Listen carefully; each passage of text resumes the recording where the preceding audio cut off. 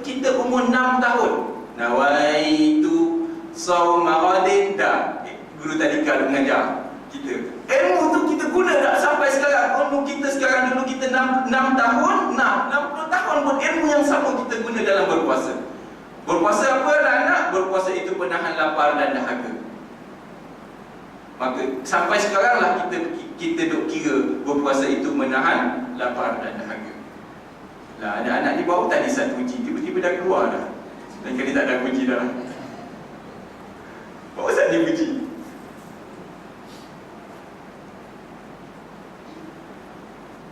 Dan seterusnya dalam syarah lafaz.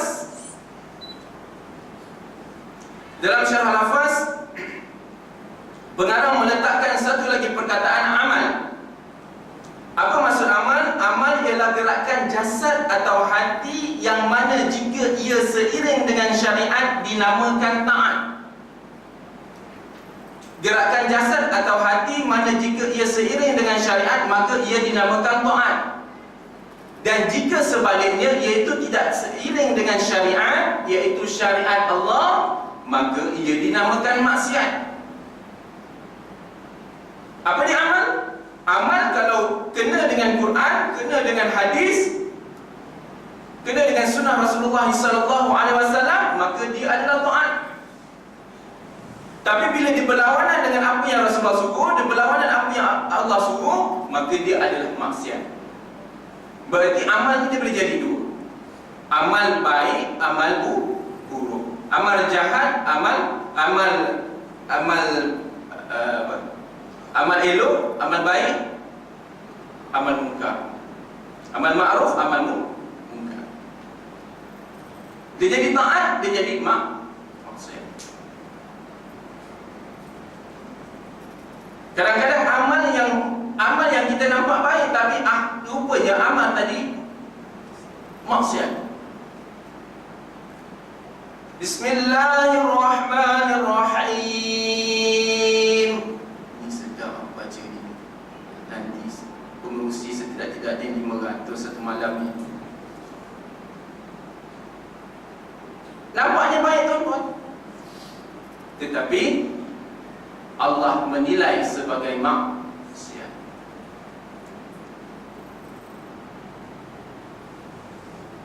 Jadi susah tuan-tuan. Bukan saja tuan-tuan susah, saya pun susah. Di depan ni nak jaga hati ni, Wah, hebat aku ni. Wah, dah boleh baca kitab ni, orang lain dengar ni. Tuan-tuan. Tuan-tuan mungkin 10 nak jaga saya ni.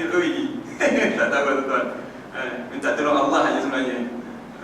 Minta tolong Allah aja. Supaya Allah jaga itu je. Kalau kata nak bergantung pada diri sendiri, Allah Akbar, tak mampu. Jadi itulah dikatakan amal. Berarti amal ini dia tidak bergantung kepada perbuatan amal tersebut, tetapi dia bergantung pada syariat.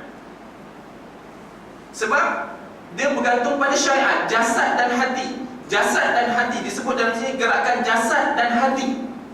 Dia bukan gerakan jasad saja. Betul kita solat, tetapi adakah solat kita masih tadi amal taat?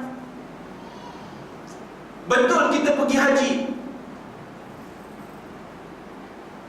Ni Kak Mah ni dah pergi haji 10 kali dah. Tapi Kak Mah kenapa tak pakai tudung Kak Mah? Kak Mah tak pakai tudung. Kenapa?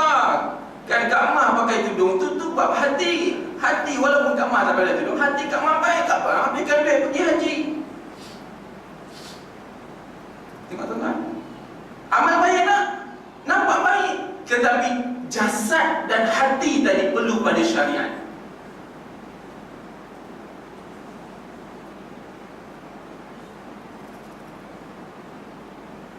Sebab apa saya sebut ni tuan-tuan? Sebab saya dan tuan-tuan, saya nak mengajak diri saya dan tuan-tuan supaya kita ni, kita takut Ramadan ni dah nak habis tuan-tuan. Saya nak ajak saya dan tuan-tuan supaya kita rasa takut sebab Ramadan nak habis dah. Kita sangat bimbang sebab Ramadan dah nak meninggalkan kita tuan-tuan. Kalau Ramadan meninggalkan kita tuan-tuan, maksud saja takbir hari raya tuan-tuan, Ramadan akan tinggalkan kita. Bagaimanakah iman kita tuan-tuan?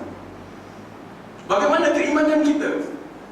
Kita rasa kuat disebabkan Allah turunkan Ramadan. Kita cuba lentur diri kita supaya kita sentiasa dekat dengan Allah. Tapi kita bimbang bila kita takbir pada Syawal, keluarlah segala astros, keluar segala rancangan TV3, TV1, senario dan sebagainya dalam TV itu, habis rosak iman kita dan anak-anak kita, tuan-tuan. Dengan pakaian-pakaian raya yang bermacam-macam ragam, habis rosak, tuan-tuan. Jadi ini kita bimbang sebab saya buka pada petang ni supaya saya dan tuan-tuan kita takut dengan Ramadan yang nak berakhir, tuan-tuan. Bukan kita seronok. Kita nak buka satu paradigma supaya kita rasa takut sebab Ramadan nak berakhir. Kita nak buang satu paradigma bahawa bila nak berada nak berakhir, orang suka seronok sebab nak raya. Hari ini kita nak buat satu ajakan supaya orang takut sebab Ramadan nak berakhir. Orang bersedih, orang menitis air mata, tuan-tuan, bila Ramadan nak berakhir. Kita nak ajak manusia begitu. Kita nak ubah. Kita tak nak dah fahaman-fahaman kita yang lama. Bila Ramadan nak berakhir, kita gembira dengan 7 likur dan sebagainya. Kita gembira dengan pakaian-pakaian baru. Bukan salah pakaian baru, tetapi kita merayakan, kita gembira dengan akhirnya Ramadan. Kita bimbang kita akhir dengan maksiat pada akhir Ramadan. Dan seterusnya, ada sikit lagi, ada 2-3 minit, insyaAllah kita habiskanlah secara nafas. Ada masa kan kita sambung pada tarawih. Dan yang berikutnya, roja, bukan roja, roja, iaitu harapan, mengharap. Harapan tidaklah dapat menegah seseorang daripada sebarang dosa kerana hanya Allah yang Maha Pengampun dosa. Apa maksudnya, tuan-tuan? Kita boleh mengharap, semua orang mengharapkan bahawa dosa dia diampunkan. Hatta Sayyidina Aisyah radhiyallahu Sayyidina Aisyah pernah bertanya kepada Rasulullah sallallahu alaihi wasallam, "Wahai Rasulullah, sekiranya aku ditakdirkan dan dalam aku meniti malam-malam akhir bulan Ramadan dan aku ditakdirkan bertemu dengan Lailatul Qadar, maka apakah yang amalan yang aku kena lakukan? Apakah doa yang perlu aku tadahkan?" Maka jawab Rasulullah sallallahu alaihi wasallam, "Wahai Aisyah, engkau berdoalah dengan Allahumma innaka afuwun tuhibbul afwa fa'fu anni." Hari ini, tuan-tuan, orang dosa pun nak cari doa panjang-panjang. Orang suka dengan doa yang panjang-panjang. Orang suka doa yang pelik-pelik. Orang suka doa yang bermacam-macam. Tapi ini doa yang maksud. Doa ini dinukilkan oleh Bukhari dan juga Muslim. Sahih, tuan-tuan. Bila sebut Bukhari pun dah cukup sahih dah. Bila tembul bahawa Bukhari Muslim confirm sahih. Sebab Bukhari ni lebih cermat daripada Muslim, daripada Imam Muslim. Bukan kata Imam Muslim tak cermat, tapi Imam Muslim dia ada sedikit dalam bab hadis-hadis dhaif, dalam fahaman hadis-hadis hasan. Bab Imam Bukhari lebih detail. Itu kita tak nak bincang. Tapi kita nak bincang yang bila sebut Bukhari saja dah cukup sahih. Tetapi bila sebut Bukhari Muslim tak confirm doa ini doa datang daripada Rasulullah, doa yang maksud. Aman, tuan-tuan. Allahumma innaka afuwun tuhibbul afwa fa'fu anna. Dalam perbahasan ulama, afwa dekat sini bermaksud seluruh dosa, sama ada kecil dan juga besar, yang terdahulu. Jadi aman, tuan-tuan. Tak kisahlah kita masa nak tidur, kita bangun tidur, kita tengah makan, kita tengah kerja, kita bawa kereta, kita tengah motor, apa saja. Kita duduk masak kat rumah ibu-ibu, masak kat rumah, baca Allahumma innaka afuwun tuhibbul afwa fa'fu anna.